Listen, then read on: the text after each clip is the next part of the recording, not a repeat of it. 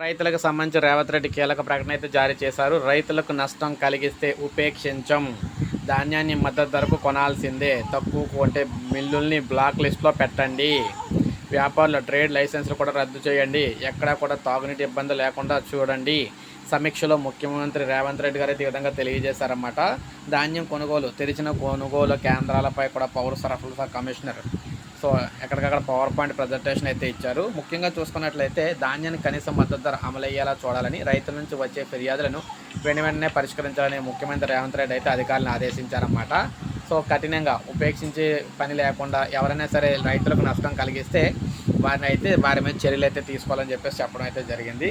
ప్రతి ఒక్కరికి కూడా ప్రతి రైతు కూడా హామీ అయితే ఇస్తున్నానని, ప్రతి రైతుకి కూడా ఎట్టి పరిస్థితుల్లో అన్యాయం జరగకుండా చూసుకుంటానని చెప్పేసి దగ్గరుండి సమీక్ష అయితే చేశారన్నమాట అయినా. ఇది మనకు లేటెస్ట్ అప్డేట్. ఒక లైక్ చేయండి, సబ్స్క్రైబ్ చేసుకోవాలి, మన ఛానల్ సబ్స్క్రైబ్ చేసుకొని ఫాలో అవుతాను.